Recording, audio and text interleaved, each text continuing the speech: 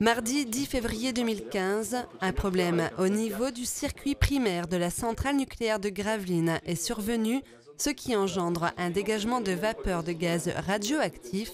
Le scénario de l'exercice va jusque la fusion du réacteur. À l'école élémentaire Copernic, l'alerte est donnée à 9h10. L'heure pour la directrice de recenser les absents et les présents. Une heure après, c'est le confinement.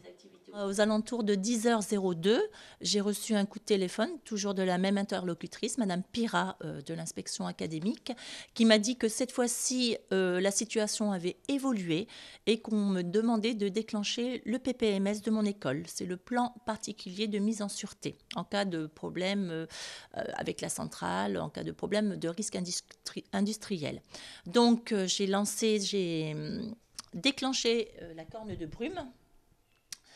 Mes collègues savent que c'est le signal du déclenchement du PPMS. Ça a été vu en concertation, ça a été acté. Donc ensuite, les classes ont donc été se confiner dans leur salle qui leur était attribuée. 2 salles de confinement accueillent les élèves, des salles préalablement choisies pour permettre au secours d'évacuer au plus vite les enfants. Mais l'heure n'est pas à l'évacuation, mais au confinement.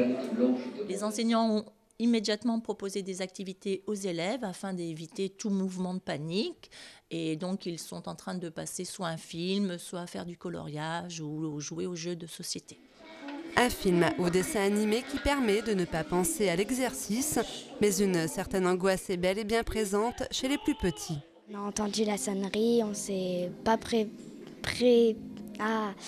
on n'a pas couru comme des fous dans la salle, on s'est calmé et on est ici. Ça va, heureusement que c'est un entraînement, parce que si ça arrive pour de vrai, ça va me dégoûter. Parce que j'ai pas envie de perdre ma maison. Et en plus, il y a toute notre vie dedans.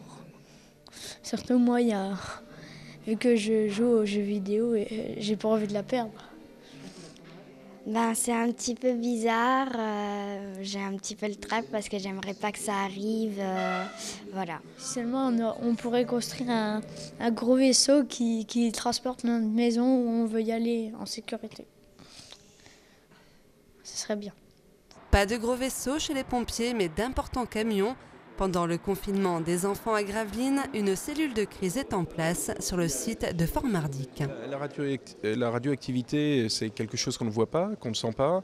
Donc on est obligé de s'éloigner du site de la centrale nucléaire. Donc le site le plus approprié, on est chez nous, c'est Fort-Mardic. On a ici, on a de l'électricité, on a des moyens logistiques importants et c'est un point de convergence de tous les acteurs qui vont venir de toute la... Je rappelle, c'est un exercice zonal, donc on a nos collègues du Pas-de-Calais, tout le Nord, de Maubeuge aussi, qui sont là.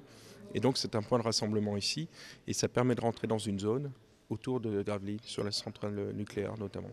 Au sein de la cellule, des cartes du Gravelinois sont projetées au mur, un moyen d'établir la stratégie à adopter. On est en lien avec plusieurs acteurs, qui est celui qui nous pilote, c'est l'île, la préfecture, et qui nous donne des consignes sur l'île et nous permet ainsi d'établir la stratégie. Donc à la fois des réseaux de mesure pour essayer de localiser les différents points où on va vers une contamination, vers la population qu'on va évacuer, la population qu'on va confiner. Cet exercice annuel était virtuel mais réalisé dans des conditions réelles. L'examen dure 10 minutes. Pendant ces 10 minutes, toute la radioactivité qui sort de son corps traverse les 2 sondes qui sont devant lui et sont envoyées à l'ordinateur.